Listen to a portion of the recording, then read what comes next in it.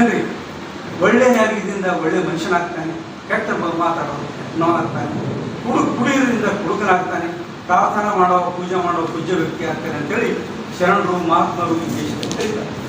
ಹೀಗಾಗಿ ಅವರ ರಾಜಕೀಯ ಅಂತ್ಯ ಆಗ್ತಾ ಇದೆ. ಹೀಗಾಗಿ ನಮ್ಮೆದುರ ನಾನು ತಿಳಿಸೋದೇನೆಂದರೆ ಈ ಎರಡೂ ನಾಮಪತ್ರಗಳು ಸರ್ ವಿಶೇಷವೇನಿದೆ. ಇಫ್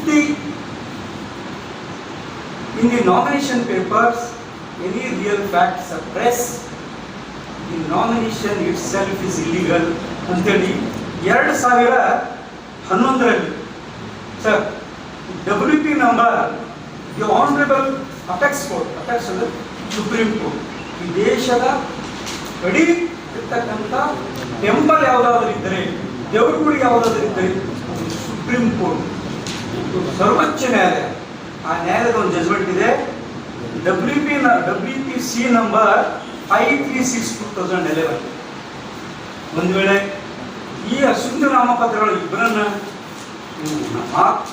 ನಾಮ ಮತವನ್ನು ಹಾಕಿದರೆ ಒಂದಿಲ್ಲ ಒಂದಿನ ನಿಮ್ಮ ನಾಮ ಮತಗಳು ತಿರಸ್ಕಾರ ಆಗ್ತವೆ, ಅಶುದ್ಧವಾಗ್ತವೆ. ಆದ್ದರಿಂದ ಈ ಕಣದಲ್ಲಿರ್ತಕ್ಕಂಥ ನಾವುಗಳಿಗೆ ನಮಗೆ ಇಡೀ 19 ಲಕ್ಷ ಜನರಿಗೆ ನಾನು ವಿನಂತಿ ಮಾಡ್ತೇನೆ. ಎರಡು ಏನ್ರಿ ಶೋಭಾ ಮತ್ತು ಖಂಡ್ರೆ ಪರಿವಾರದಲ್ಲಿ ಅಧಿಕಾರದಲ್ಲಿ ಇದ್ದಾರೆ, ಮಾಡಿದ್ದಾರೆ. ಈಗ ಆಲ್ರೆಡಿ ಮಾನ್ಯ ಕಾಡಿನ ಮಂತ್ರಿಗಳು ಸನ್ಮಾನ್ಯ ಈಶ್ವರ್ ಖಂಡ್ರೆ ಅವರು ಇದ್ದಾರೆ, ಬ್ರದರ್ ಅಧ್ಯಕ್ಷ ಆಗಿದ್ದಾರೆ. ಒಳ್ಳೆ ಕೋಆಪರೇಟಿವ್ ಸೆಕ್ಟರ್ದಲ್ಲಿ ಮಹಾತ್ಮ ಗಾಂಧಿ ಅವರ ಶಿಕ್ಷಣ ಇದೆ, ಮಹಾಸಭಾ ಇದೆ.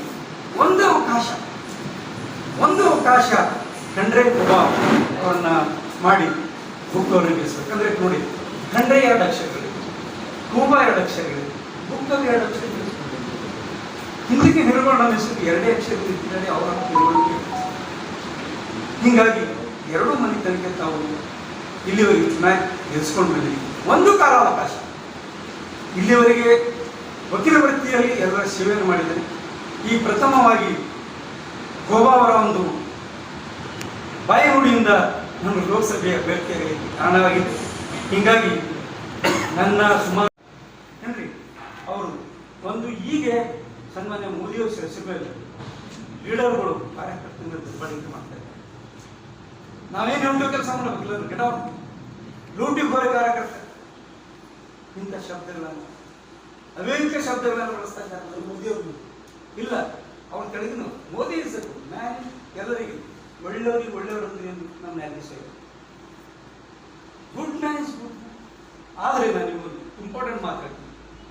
ನಾನು ಕಾರಣ ಬರಬಹುದು, ಈ ದೇಶದ ಅತಿ ಪ್ರಸಿದ್ಧ ನ್ಯಾಯವಾದಿ ರಾಮ್ ಜೇಠ್ಮಲಾನಿ ಸಾಹೇಬರು, ಲೇಟ್ ರಾಮ್, ಮತ್ತು ಅರುಣ್ ಜೇಟ್ಲಿ ಸಾಹೇಬರು ಈ ಎಲೆಕ್ಟ್ರಾನಿಕ್ ಬಾಂಡ್ ಕಾನೂನನ್ನು ಲೋಕಸಭೆ ಮತ್ತು ರಾಜ್ಯಸಭೆಯಲ್ಲಿ ಕಾನೂನನ್ನು ನಿರ್ಧಾರ ಮಾಡ್ತಾರೆ. ಅವರು ಒಳ್ಳೆ ಒಂದು ಜಿಂದಾ ಇದ್ರೆ, ಅವ್ರು ಯಾವ ರೀತಿ ಮಾಡಿದ್ರು ಜೀವಂತಿದ್ರೆ ಈ ಎಲೆಕ್ಟ್ರಾನಿಕ್ ಬಾಂಡ್ ಕ್ಯಾನ್ಸಲ್ ಆಗ್ತದೆ.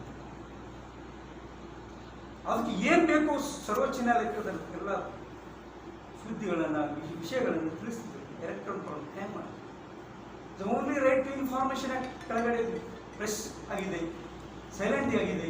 ಆ ಒಂದು ಕಾರಣಕ್ಕೆ ಈ ಎಲೆಕ್ಟ್ರಾನಿಕ್ ಬಾಂಡ್ ಬಂದ್ ಆದಮೇಲೆ ಮೋದಿ ಮತ್ತು ಅಮಿತ್ ಶಾ ಯಾಕಂದ್ರೆ entire this election fund is in the judiciary, ಮಾಹಿತಿ ಕೊಡಲಾರ್ದ ಕಷ್ಟಗಳು. ಹೀಗಾಗಿ ರಾಷ್ಟ್ರದಲ್ಲಿ ಇದ್ದವರಿಗೆ ಮಾತ್ರ ಟಿಕೆಟ್ ಕೊಡೋದು. ಓನ್ಲಿ ಇಸ್ ನೋ ವರ್ಕರ್ ಆಗಿ ಕೆಲಸ ಮಾಡಬೇಕು. ಇಂಥ ಸ್ಥಿತಿ ನಿರ್ಮಾಣ ಆಗಿದೆ. ಭಗವಂತರಿಗೆ ಇಂಥವ್ರಿಗೆ ನೀವು ಮತ ನೀಡ್ತೀರಿ.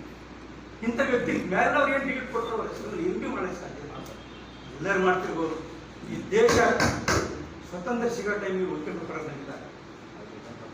ಇವಾಗ ಕೂಡ ಸುಮಾರು 5,000 ವಕೀಲರು ನಾನು ಮಾತಾಡೋದು. Kalaburagi high court, Kalaburagi district court, 8 ಕ್ಷೇತ್ರದ ಸಂಸ್ಥೆಗಳು ಕೆಲವೊಂದು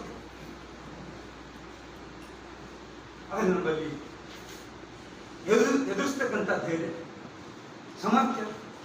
30 ವರ್ಷಗಳ ಸತತ ನ್ಯಾಯಾಲಯದಲ್ಲಿ ಹೋರಾಟ ಮಾಡಿ ಜನರ ಮಧ್ಯೆ ಕಡಿದು ಎಲ್ಲರನ್ನ ನನ್ನನ್ನು ಚಿರಪರಿಚಿತವಾಗಿ ಪ್ರೇಮದಿಂದ ಇರೋದ್ರಿಂದ ನಾನು ಈ ಕಣದಲ್ಲಿ ಹೋಗಿದ್ದೇನೆ. ಸೋಲು ಗೆಲುವು ಅದಕ್ಕೆ ನಾನೆಂತ ಗೆದ್ದು ಜನ ಗೆಲ್ತಾರೆ, ಗೆದ್ದು ಜನ ಗೆಲ್ತಾರೆ.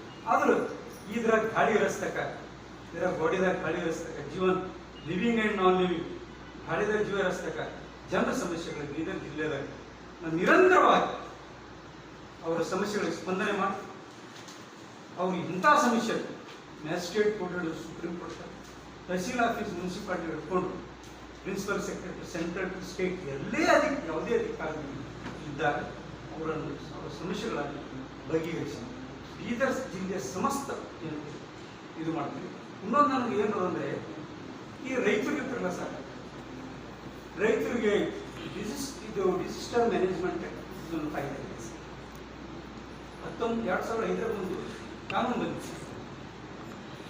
ಆ ಕಾನೂನು ಅಡಿಯಲ್ಲಿ ಯಾರು ಈ ಪ್ರಕೃತಿ ವಿಕೋಪ, ಸಿಡಿಲು ಬಡಿಸೋದು, ಕರೆಂಟ್ ಶಾಕ್, ಸ್ನೇಕ್ ಬೈಟ್, ಅವ್ರಿಗೆ ಯಾವ ಅಧಿಕಾರಿಗಳು ಹೋಗ್ಬಿಡ್ತಾರೆ. ನಾನೊಂದು ಪಾರ್ಲಿಮೆಂಟ್ ಜನರ ಒಂದು ಪಕ್ಷದಿಂದ ಗೆದ್ದು ಬಂದಿದ್ರೆ ಇದು ಪ್ರಥಮ ಮಾತು. ಅವ್ರ ಕುಟುಂಬದ ನೇರವಾಗಿ ಪರಿಹಾರನ ಅವ್ರ ಮನೆಗೆ ಮುಗಿಸ್ತಕ್ಕಂಥ ಕೆಲಸ ಮಾಡಿ. ಇವತ್ತು ಇನ್ನೊಂದು ಏನಿದೆ ಸರ್, ಈ ದೇಶ ಬಹಳ ಅಭಿವೃದ್ಧಿಯಾಗಿರುವಂಥ, ಈ ದೇಶ ರಾಷ್ಟ್ರೀಯ ಇಂಡಿಯಾದಾಗಲಾಗಿದೆ ಅಂತ ರಾಜ್ಯ ಮತ್ತು ಕೇಂದ್ರದ ನಾಯಕರು ಅಟಲ್ ಬಿಹಾರಿ ವಾಜಪೇಯಿ ರೆಸಿಡೆಂಟ್ ಸ್ಕೂಲ್ದಾಗೆ lecturers, staff nurse, FDA, peon, watchmen, cook, night watchmen sir ಸುಮಾರು 15 ವರ್ಷಗಳಿಂದ ಕೆಲಸ ಮಾಡ್ತಾ ಇದ್ದಾರೆ. Atal Bihari Vajpayee, Morarji Desai, Indira Gandhi, doctor B.R. Ambedkar, this name is god name. ಇವರೆಲ್ಲ ದೇವರ ಸಮಾನರು ಅಲ್ಲಿ ಕೆಲಸ ಮಾಡೋದಿಗೆ ಯಾವ ರೀತಿ ನಡ್ಕೊತಾರೆ ಕೇಂದ್ರ ಮತ್ತು ರಾಜ್ಯ ಸರ್ಕಾರ. ಅವ್ರಿಗೆ 15,000ರಿಂದ 16,000 ಕೊಡ್ತಾರೆ ಸರ್. ಕೆಲವರಿಗೆ 18,000 ಕೊಡ್ತಾರೆ. ಅದರಲ್ಲಿ 3,000 ರೂಪಾಯಿಗಳು ಸರ್ GST ಕಟ್ ಮಾಡ್ತಾರೆ. ಅವು ಖಾಯಂ ಹುದ್ದೆಗಳು, ವೇಕೆಟಿಂಗ್ ಪೋಸ್ಟ್. ಅವರನ್ನು ಈ ರೀತಿ ನೋಡ್ಕೊಂಡಿದ್ದು ನಮಗೆ ಕೆಲವು ಪ್ರಕರಣಗಳು ಬಂದು ಗೊತ್ತಾಗಿದೆ ನಮಗೆ. ಅದೇ ರೀತಿಯಾಗಿ ತಾಲೂಕ್ ಪಂಚಾಯತ್, ಜಿಲ್ಲಾ ಪಂಚಾಯತ್, ಗ್ರಾಮ panchayat, medical college, government hospitals, ಏನ್ರಿ CMC, corporation, education departments, social departments contract basis ಅವ್ರಿಗೆ ಹಿಂಸೆ ಕೊಡ್ತಾ ಇದ್ದಾರೆ. ಅವ್ರು ಪೋಸ್ಟ್ ವೇಕೆಟ್ 3 ಇಯರ್ಸ್ದಾಗ ಆದ ನಂತರ ಅವ್ರಿಗೆ ಪರ್ಮನೆಂಟ್ ಮಾಡೋದು ಡ್ಯೂಟಿ ಇದೆ, ಎಲ್ಲಿದೆ? ಯಾಕೆ ಜನರು ನೋಡ್ತಾ ಇದ್ದಾರೆ? ಅವ್ರು ಮಜಬೂರದ ಮನೆ ನಡೆಸೋ ಕಟ್ಟಿಪಾಡಿಗಾಗಿ ದುಡಿತಾ ಇದ್ದಾರೆ. ಇದೇ ಡೆವಲಪ್ಮೆಂಟ್. ಕೇಂದ್ರ ಮಿನಿಸ್ಟರ್ಗಳು, ರಾಜ್ಯ ಮಿನಿಸ್ಟರ್ಗಳು ಇದನ್ನ ಇಂಥದ ಯಾಕೆ 3 ವರ್ಷ 371J ಮಾನ್ಯ ವೈಜನಾಥ್ ಪಾಟೀಲ್ ಸಾಹೇಬ್, ಜೀವಂತ ವೈಜನಾಥ್ ಪಾಟೀಲ್ ಹೈಕಾಳ ಚಿಂಚೋಳಿದಾಗಿದ್ದಾರೆ. ಅವ್ರು ಎಷ್ಟು ಹೋರಾಟ ಮಾಡಿ ಭಾಗ 371J